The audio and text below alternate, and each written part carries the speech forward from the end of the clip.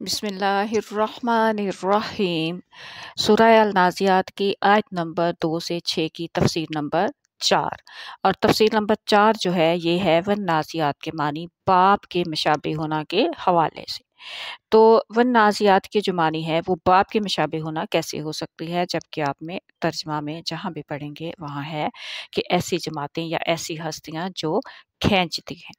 ठीक है, तो हम अरबी लुगत में वन्नाज़ियात के मानी देखेंगे और उसमें से अरबी लुगत में जब इसके मस्दर और मादे के हवाले से मानी देखेंगे तो इसमें ये मानी भी आएंगे। और हम पहले इसके फर्स्ट जो थी पार्ट उसमें ये मानी देख चुके हैं, पढ़ चुके हैं, लेकिन हम दोबारा से इसको देखेंगे तफसील के साथ। फिर घर कन के जो मानी है इसको भी हम तफसील के साथ दोबारा से देखेंगे। और जब ये मानी हम पढ़ लेंगे, समझ लेंगे इनको ग्रामर के हवाले से, ग्रामर बहुत कम होगी इसमें लेकिन हम उस होगी ज़रूर। तो फिर ये जो वन्नाज़ियाती है, ये जो आयत है ये पेश गोई है मुसलमानों की पहली खूबी की। और पहली खूबी क्या है उसकी तफसील है इसमें।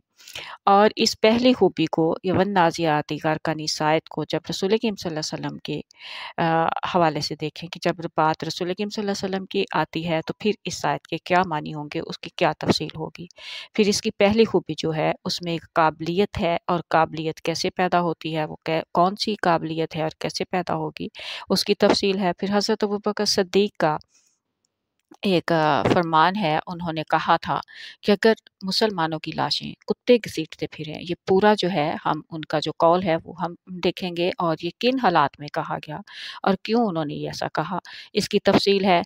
फिर रसूल करीम सल्लल्लाहु अलैहि वसल्लम के नक्शे कदम पर चलने के जो हैं वो कुछ सबूत जो हैं उनकी तफसील जो है, वाक़यात जो हैं वो हम जो है उसकी तफसील पढ़ेंगे। चंद एक हैं, ज़्यादा नहीं शामिल कर सकते वक़्त की कमी की वजह से।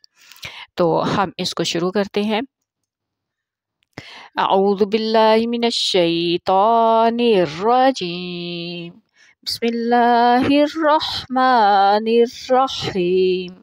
रब्बि इश्रह ली सदरी व यस्सिर ली अमरी वहलुल उक़दतम मिन लिसानी यफ़क़हू क़ौली। रब्बि ज़िदनी इल्मा। अल्लाहुम्मा फ़क़िहना फ़िद्दीन। जी। तो सबसे पहले वन्नाज़िआत। वन्नाज़िआत जो लफ्ज़ है इसका जो मादा है वो है नाज़ा, नून ज़े ऐन।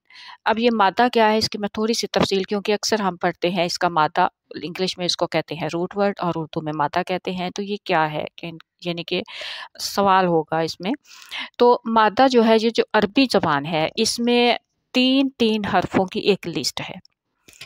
ज़्यादातर यही है, कुछ हैं जो 4 हरफों पे या 5 हरफों पे आते हैं लेकिन वो कम है, बहुत कम। 5 हरफों वाले बहुत कम है और 4 हरफों वाले उससे थोड़े ज़्यादा हैं, लेकिन ज़्यादातर जो है वो 3 हरफों की लिस्ट। और वो आपने जो भी फ़िक्रा लिखना होता है या पढ़ना होता है उसमें उन 3 हरफों की जो लिस्ट होती है, या फिर कहीं 4 या 5 हरफों का आएगा, वो आपने एक मादा एक लफ्ज़ जो है 3 हरफों वाला वो लेना होता है और उसके आगे पीछे आप और हरफ लगाकर आपने अपने अल्फाज बनाने होते हैं, तो उसे कहा जाता है मादा और इंग्लिश में कहा जाता है रूट वर्ड।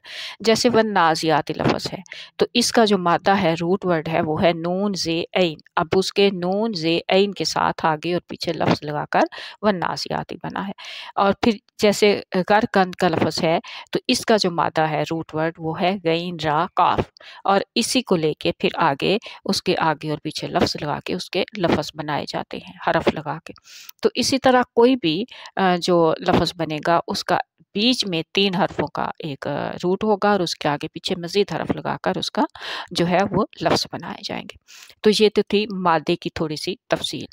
अब वन्नाज़ियाती गरक़ा में वन्नाज़ियाती का जो मादा है वो है नून ज़े ऐन, और नून ज़े ऐन जो है नाज़ा उसके एक से ज़्यादा मस्दर हैं। अब मस्दर क्या है, मस्दर भी रूट वर्ड की तरह होता है, ठीक है, वो भी एक रूट वर्ड की तरह होता है, काम का नाम होता है लेकिन उसमें कोई ज़माना नहीं पाया जाता। जैसे खाना, खाना कब खाया, कैसा खाना था, किसने खाया, किसने बनाया, मतलब कुछ नहीं पता, सिर्फ उसका जो नाम है एक काम का उसका उसको कहा जाता है मस्दर। ठीक है, तो इस तरह से नाज़ा जो है इसके कई एक मस्दर हैं, यानी कि एक से ज़्यादा मस्दर हैं। और हम यहाँ पे नाज़ा का जो मस्दर नुज़ुअन है उसके हवाले से माने देख रहे हैं। तो जब नाज़ा आ का मस्दर नुज़ुअन हो तो नाज़ा आ अन कज़ा, ये अरबी लुगत में लिखा हुआ है अरब में, उसके मानी है कफ़ा वंतहा अनहु, वो कोई काम करने से रुक गया। ये उर्दू में इसका तर्जमा है, कफ़ा वंतहा अनहु। अब नाज़ा अन कज़ा का मानी फिर कफ़ा वंतहा अनहु। तो आपको पता है अल्फाज और मानी आप सब ने कहीं ना कहीं देखे होंगे कि कुछ मुश्किल अल्फाज होते हैं और उनके आसान अल्फाज में फिर मानी दिया हुआ होता है जिसकी ज़्यादा अच्छी समझ आ सकती है। तो इसी तरह नाज़ा अन कज़ा का मानी अरबी में कफ़ा वंतहा अनहु है और इसका उर्दू तर्जमा है वो कोई काम करने से रुक गया या बाज आ गया, यानी जिस काम करने से मना किया गया उससे वो मना हो गया। और इसी मस्दर में जब हम कहते हैं नाज़ा अल वालदु अबाहु या नाज़ा अल वालदु इलई उम्मी ही, तो इसके मानी होते हैं अशबाहु। अरबी मानी क्या होते हैं? आसान लफ्ज़ अरबी में अशबाहु, और इसका जो उर्दू तर्जमा है वो ये होता है यानी वो अपने माँ या बाप के मशाबे हो गया। तो यही मानी हम इस आयत में इसी हवाले से ये तफसीर नंबर 4 कर रहे हैं कि वो अपने बाप के मशाबे हो गया।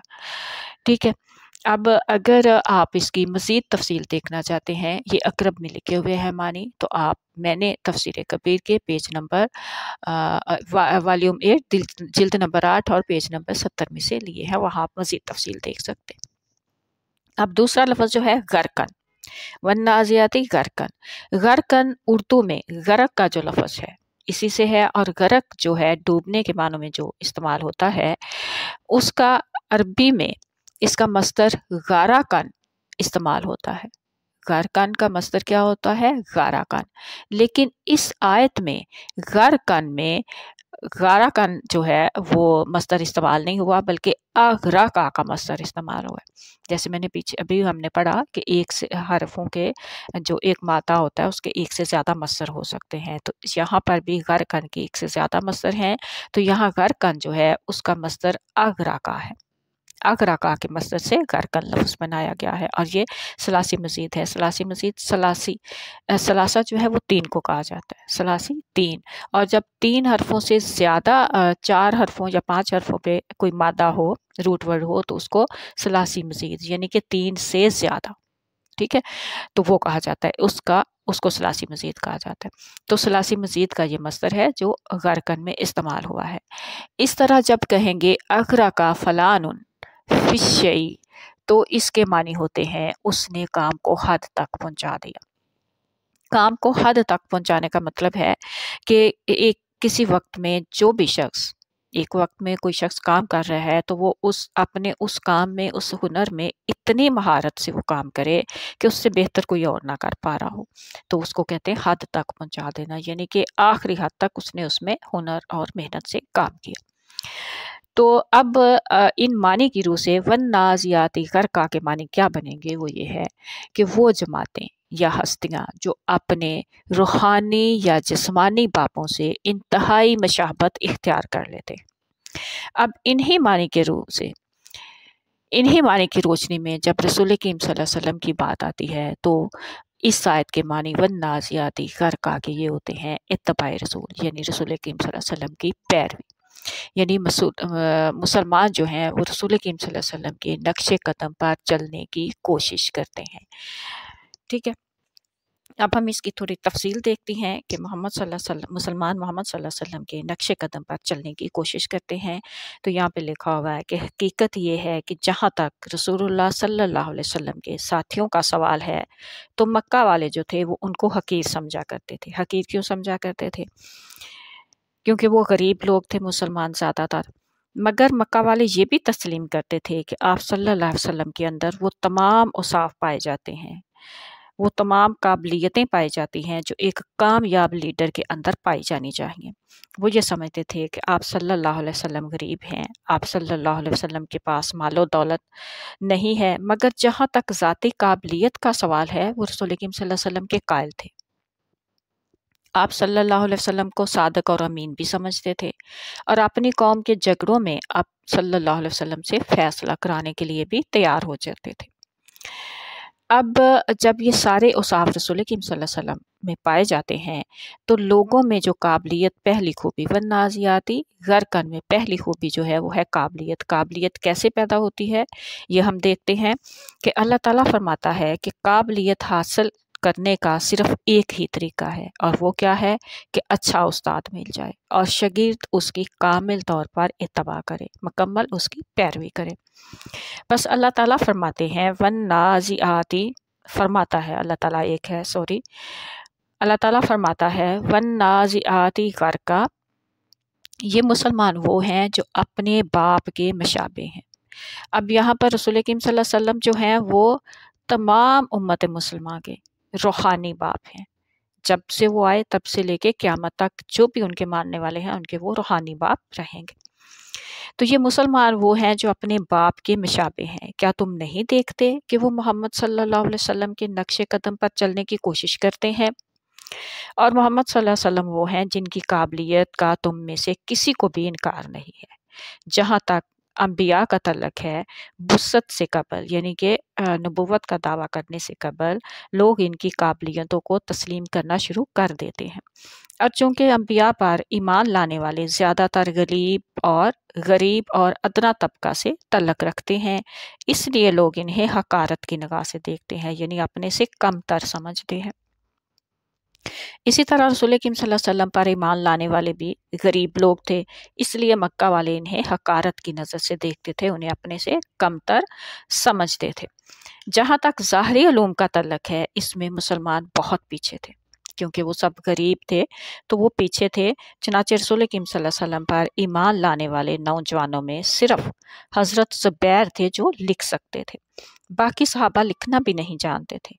तो फिर अल्लाह ताला फरमाता है लेकिन ये मुसलमान अपने बाप की मशाबत इख्तियार कर रहे हैं। हमने क्या मानी पड़े कि बाप की मशाबत इख्तियार करना, और जब अपने बाप के मशाबे हो जाएंगे तो जो काबिलियतें, सलाहियतें मोहम्मद सल्लल्लाहु अलैहि वसल्लम में पाई जाती हैं वो ही इनमें पैदा हो जाएंगी। मसलन रास्तबाजी, सदाकत, अमानत, हिलम, रहम, बुर्दबारी, दरगुजर और बहुत सारी वगैरह वगैरह। और हसूल इल्म की जो ख्वाहिश है और अच्छे नमूने की, वो भी इनमें पैदा हो जाएगी, और अच्छे नमूने की मौजूदगी की वजह से ये तमाम काबिलियतें खुद ब खुद पैदा हो जाएंगी। अब गरकन के भी यहाँ पे जो काबिलियतें पैदा होंगी वो किस हद तक होंगी, तो गरकन का जो लफ्ज़ है यहाँ पर वो बता रहा है ये है कि उन्होंने इत्तबाए रसूल को हद तक पहुँचा दिया। गरकन के हमने मानी पड़े हद तक पहुँचा देना, आखिरी हद तक पहुँचा देना। तो गरकन ये है, उसके मानी ये है कि उन्होंने इत्तबाए रसूल करीम सल्लल्लाहु अलैहि वसल्लम की पैरवी को हद तक पहुँचा दिया कि सिवाय इस्लाम के और कोई मज़हब, अब फिर हम देखते हैं कि इस्लाम के अलावा और कोई भी मज़हब ऐसा नहीं जिसमें सुन्नत का लफ्ज़ पाया जाता है। बाकी मज़ाहब में या तो हदीस का ज़िक्र आता है या इल्हाम का, लेकिन सुन्नत की इस्तिलाह इस्लाम से मखसूस है। और हर मुसलमान ये मालूम करने की कोशिश किया करता था कि रसूल करीम सल्लल्लाहु अलैहि वसल्लम जो हैं वो अमाल को किस तरह से बजा लाते हैं। बस अल्लाह ताला फरमाता है वन्नाज़िआती गरका, ये मुसलमान मोहम्मद सल्लल्लाहु अलैहि वसल्लम की नकल को इंतहा तक पहुँचा देंगे, तो वो इन खूबियों और काबिलियतों के हामिल हो जाएंगे। और इन खूबियों और काबिलियतों में हर शख्स अपने अपने दायरा में एक छोटा मोहम्मद बन जाएगा। तो अब हम इस कुछ वाक़यात देखते हैं उस पैरवी के, उन काबिलियतों में आगे जाने के लिए कि रसूल करीम सल्लल्लाहु अलैहि वसल्लम की इत्तबा के जो कुछ वाक़यात हैं, सबूत हैं, वो हम देखते हैं। रसूल करीम सल्लल्लाहु अलैहि वसल्लम की वफ़ात के बाद जब कबाइल ने ज़कात देने से इनकार कर दिया तो हज़रत अबू बकर सिद्दीक़ रज़ियल्लाहु ताला अन्हु उनके ख़िलाफ़ जंग करने के लिए तैयार हो गए। उस वक़्त हालत ऐसी नाज़ुक थी कि हज़रत उमर रज़ियल्लाहु ताला अन्हु जैसे सख्त इंसान जो थे उन्होंने भी मशवरा दिया माज़रत कि इन लोगों से नरमी करनी चाहिए। एक्सक्यूज़ मी, माफ़ कीजिएगा। मगर हज़रत अबू बकर सिद्दीक़ रज़ियल्लाहु ताला अन्हु ने जवाब दिया, अबू कहाफ़ा के बेटे की क्या ताकत है कि वो इस हुक्म को मनसूख करे जो रसूल करीम सल्लल्लाहु अलैहि वसल्लम ने दिया है। खुदा की कसम, अगर ये लोग रसूल करीम सल्लल्लाहु अलैहि वसल्लम के ज़माना में ऊँट का घुटना बांधने के लिए एक रस्सी भी ज़कात में दिया करते थे, तो मैं वो रस्सी भी इनसे लेकर रहूँगा और उस वक़्त तक दम नहीं लूँगा जब तक वो ज़कात अदा नहीं करते। ये बुखारी किताब ज़कात में लिखा हुआ है और तफसीर कबीर के वॉल्यूम 8 पेज नंबर 109 में। अगर तुम इस मामला में मेरा साथ नहीं दे सकते तो बेशक ना दो, मैं अकेला ही इनसे मुकाबला करूँगा। ये है इत्तबा रसूल। उसकी खत के नहायत ख़तरनाक हालात के बावजूद रसूल करीम सल्लल्लाहु अलैहि वसल्लम के हुक्म को पूरा करने के लिए हर किस्म का ख़तरा बर्दाश्त करने को तैयार हो जाते हैं। इसी तरह लश्कर असामा जो था उसको रोक लेने के मतलब सहाबा रज़ियल्लाहु ताला अन्हों ने बहुत जोर लगाया, मगर हज़रत अबू बकर सिद्दीक़ रज़ियल्लाहु ताला अन्हों ने फरमाया, अगर दुश्मन इतना ताकतवर हो जाए कि मदीना पर फतह पाए और मुसलमानों की लाशें कुत्ते घसीटते फिरें, तब भी मैं इस लश्कर को जिसे रसूलुल्लाह सल्लल्लाहु अलैहि वसल्लम ने भिजवाने के लिए तैयार किया था रोक नहीं सकता। ये तारीख़ुल खुलफा में उनका कौल, उनके जो अल्फाज हैं वो हैं। हज़रत अब्दुल्ला बिन उमर रज़ियल्लाहु ताला अन्हो के बारे में लिखा है कि वो जब हज के लिए जाते तो एक जगह पेशाब करने की तर्ज पर बैठ जाते, क्योंकि हर बार हज को जाते हुए इस तरह किया करते थे। एक दफ़ा उनके किसी दोस्त ने कहा कि आप ये क्या करते हैं कि हर दफ़ा इस मकाम पर आकर बैठ जाते हैं? हमें ये भी मालूम है कि आप हर दफ़ा पेशाब नहीं करते, यूं ही बैठ कर आ जाते हैं। हज़रत अब्दुल्ला बिन उमर रज़ियल्लाहु ताला अन्हो ने जवाब दिया कि मैंने रसूल करीम सल्लल्लाहु अलैहि वसल्लम को एक दफ़ा यहाँ पेशाब करते देखा था, इसलिए मैं जब भी यहाँ से गुजरता हूँ मेरा जी चाहता है कि मैं भी आप सल्लल्लाहु अलैहि वसल्लम के फ़ेल की नकल करूँ, इसलिए मैं इस जगह पेशाब करने की तर्ज पर बैठ जाया करता हूँ।